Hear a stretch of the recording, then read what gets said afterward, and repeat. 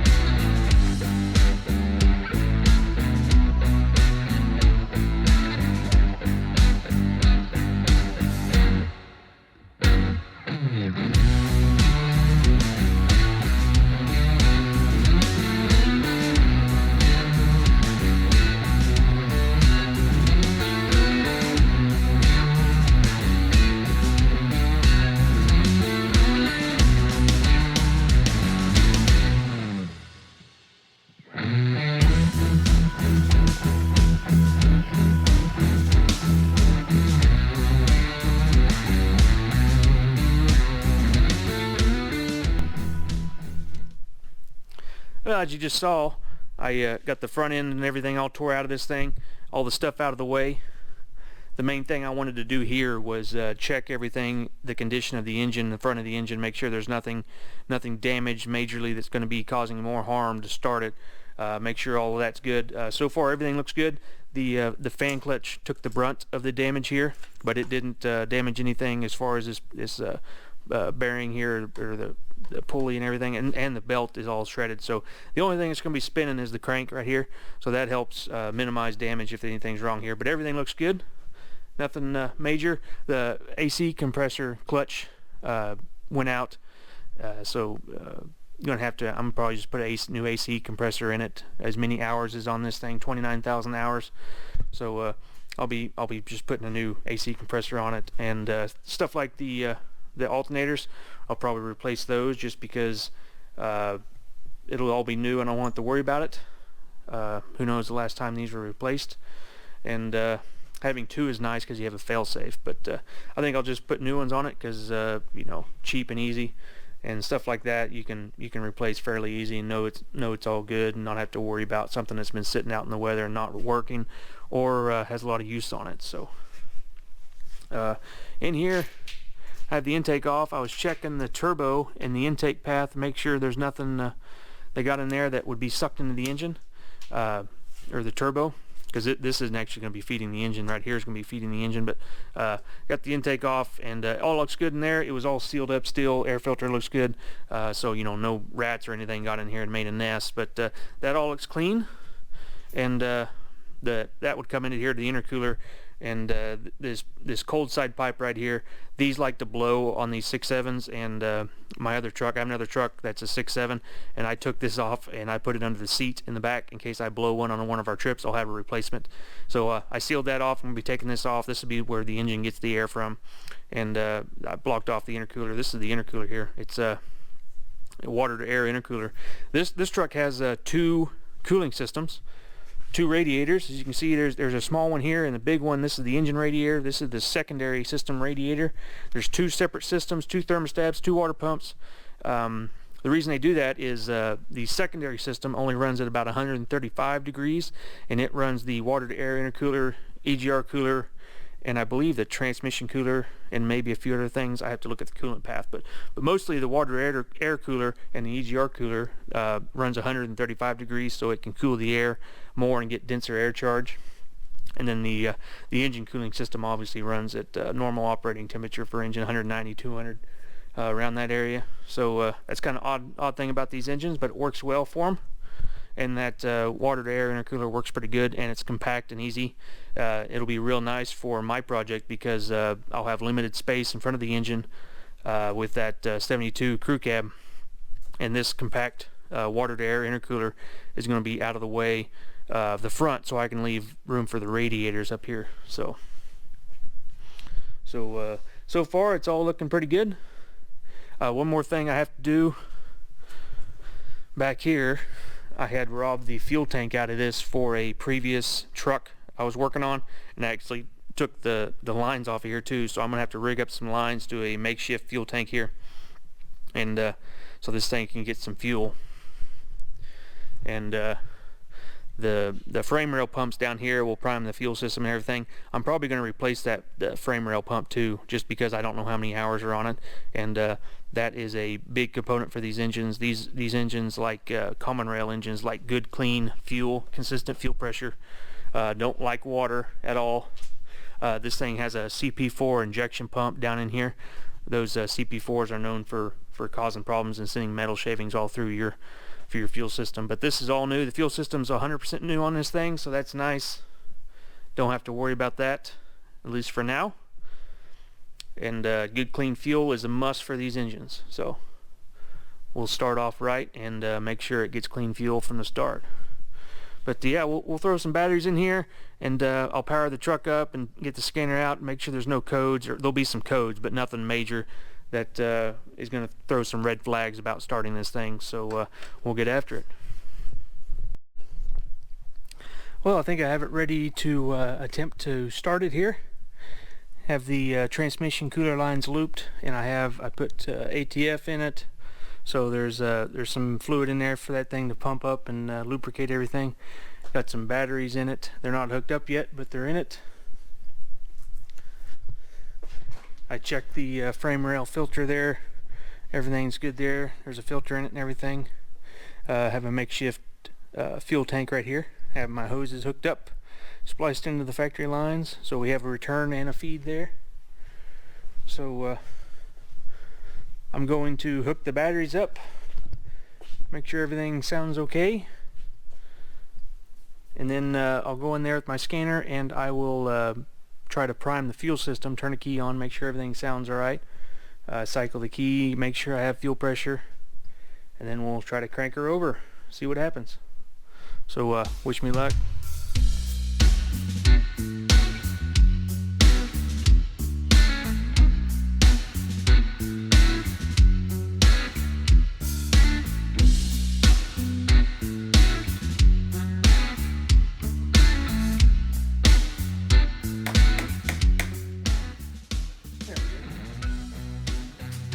Alright, I'm going to go see if I have power in the cab.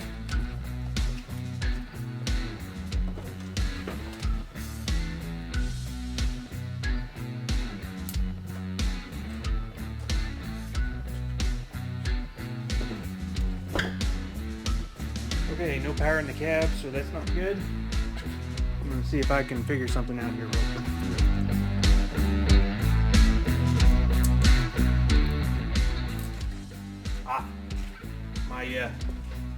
That's the problem. The power going to the cab and everything, that bolt's loose, so I got to tighten that up.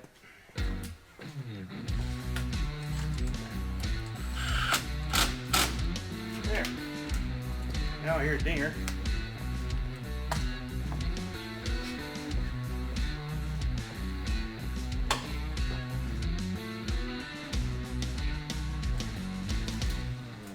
Hey. We got power. So now I'm going to get my scanner and hook it up and see.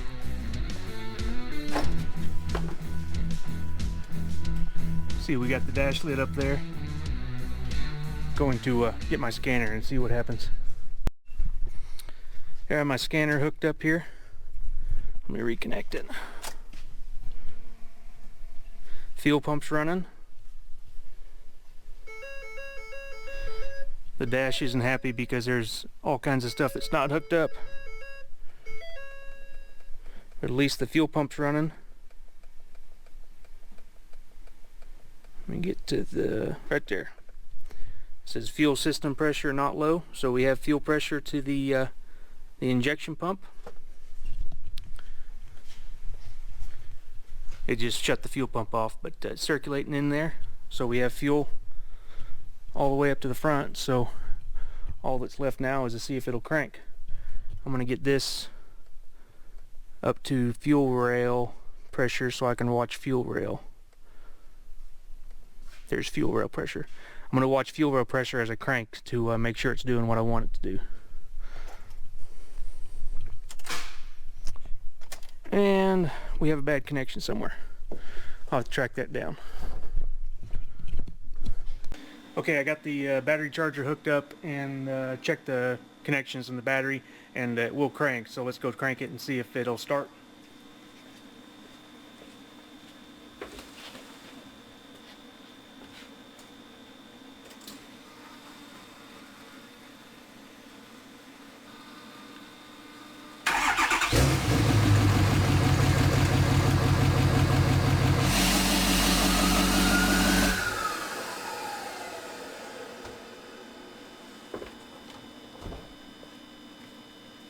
That went great. It's fired off real quick, and that's pretty amazing to me as long as it's been sitting, but that's great. That means fuel system was all shut up and nothing lost fuel pressure, so it fired up. We don't have any water in the system, so I don't want to run it too long, but at least now it runs. Now we know it runs.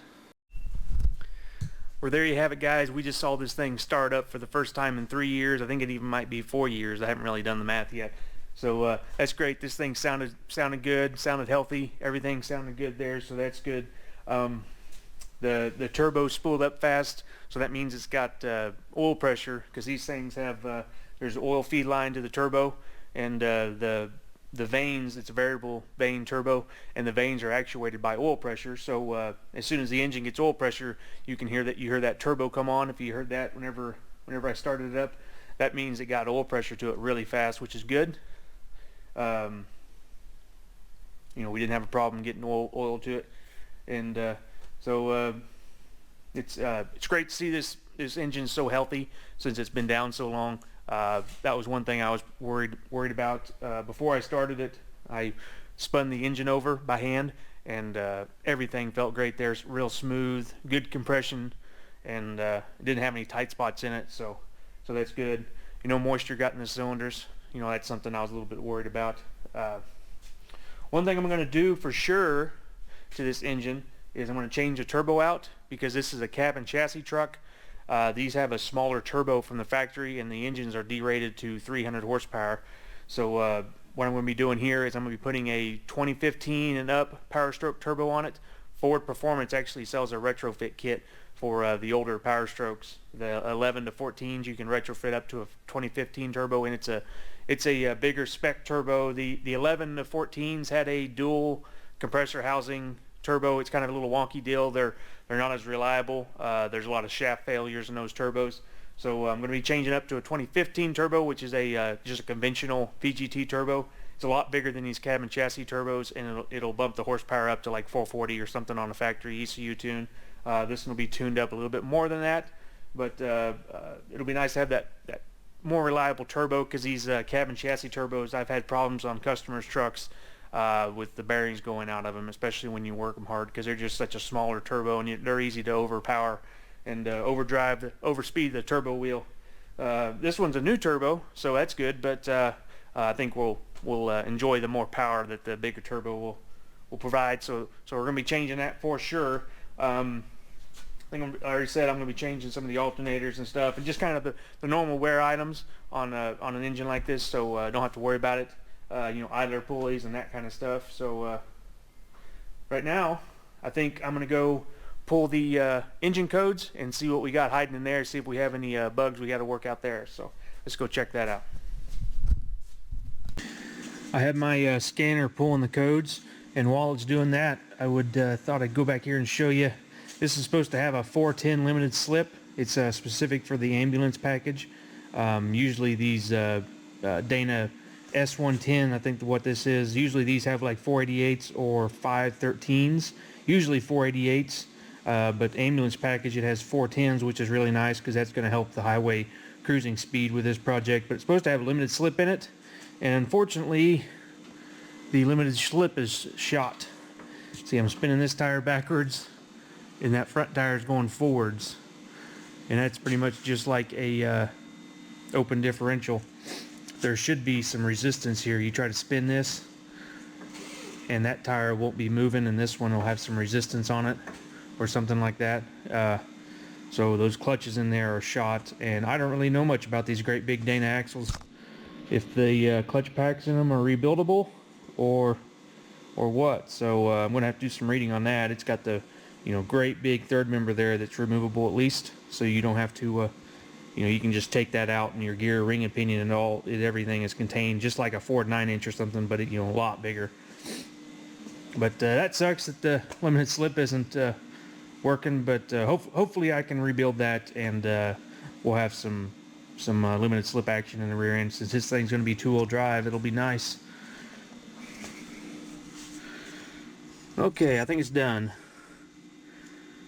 Okay, we have 18 engine codes, 18 transmission codes, 14 airbag codes, 4 PATS codes, 4 body codes, 5 instrument panel codes, 4 tire pressure codes, no radio codes, and no tire pressure transmitter module codes.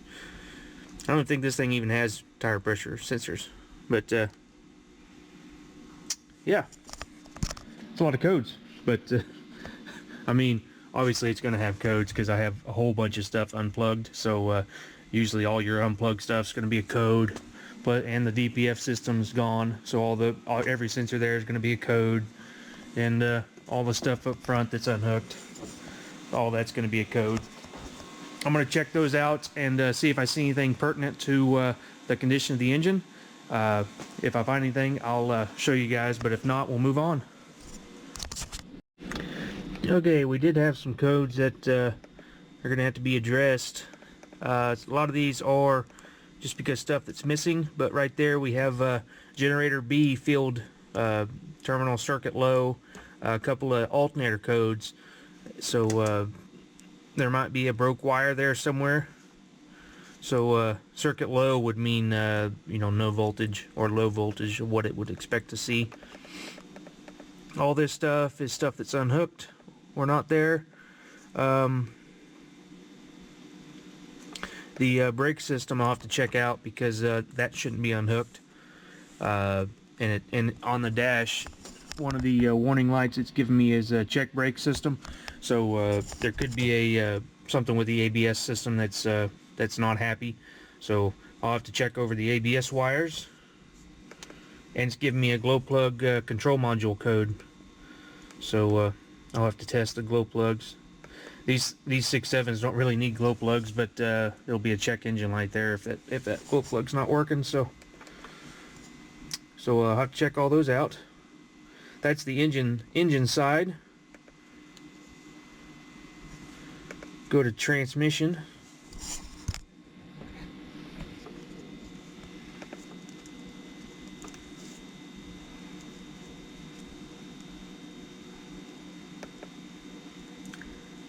Transmission range signal, not current DTC.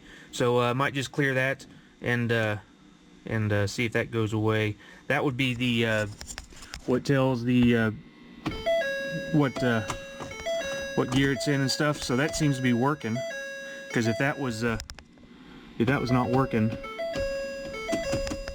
that wouldn't change whenever I move the gear shift, because all this is computer controlled, these lights. So there's not like a something that moves in here in the dash. This is all computer controlled. So if the computer isn't seeing, let me just shut this thing up. If the computer isn't seeing signal from the transmission, those lights won't light up for the gear shift, because it doesn't know where it is basically. So we had that problem with the Ultimate Highboy when I put the 6R what is it, 6R80 in that truck. The rain sensor was bad, and I wasn't getting any input to the transmission controller that I had under the dash.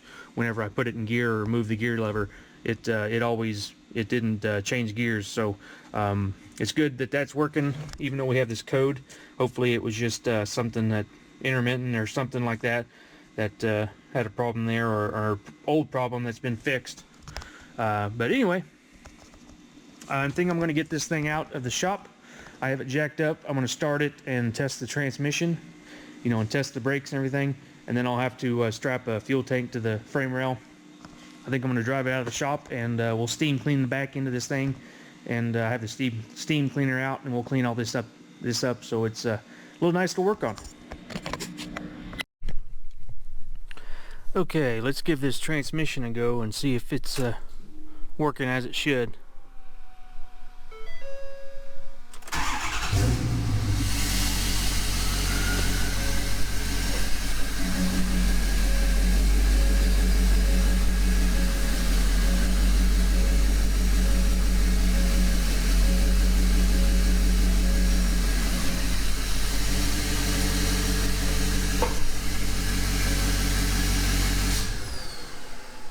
Yeah, it seems to be working, so that's good. We'll be able to drive this thing around the yard, drive this thing to move it around instead of having to use the forklift every time to move it. In short periods, of course, because it's no cooling system or anything. You don't want to overheat that engine with no coolant in the water jackets. That engine, even something that has water in it that doesn't have a radiator or something, is going to stay a lot cooler than something that's just completely empty, because there's no fluid there to heat transfer. So it'll get too hot pretty fast. So no more than 30 seconds to a minute would be a good rule to go by there. It's kind of nice to be able to sit in this thing and kind of check it out. The whole time I've had it, this thing's been a mess in here.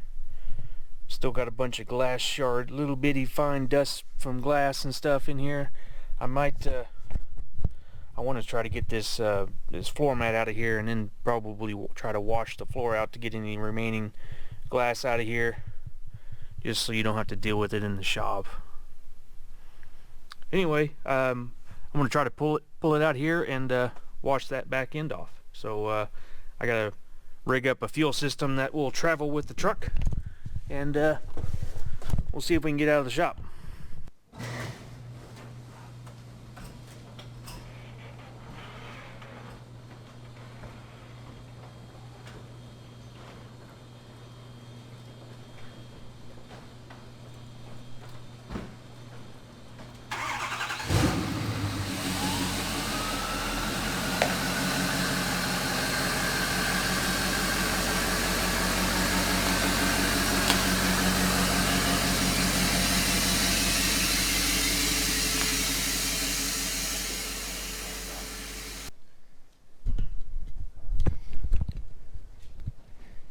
Okay, now that I got it out of the shop, I'm going to steam clean this frame and everything. It's going to be very important to seal up this fuel system here, because these modern fuel systems do not like water at all in the fuel system. It'll take out your whole entire fuel system. It costs like $8,000 to replace, so definitely don't want water in there. So I'm going to take this off and seal this up real good before I start pressure washing this. So we'll get after that, and then we'll pressure wash it.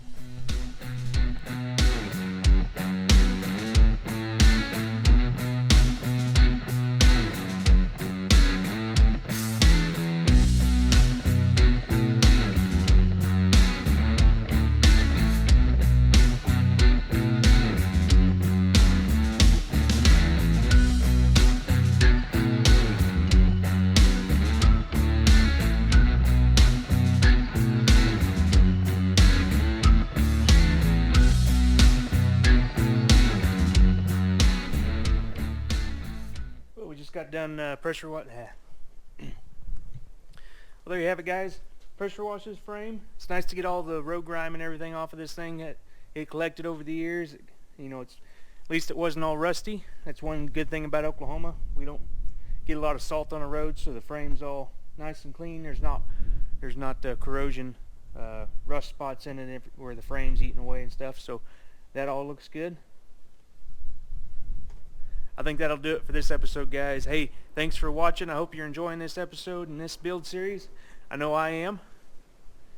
Next time, we'll be cutting this cab up and getting it prepped for the swap. So we'll get more in the meat and potatoes of this swap on the next episode, episode 3. So see you guys there. Until next time, thanks for watching.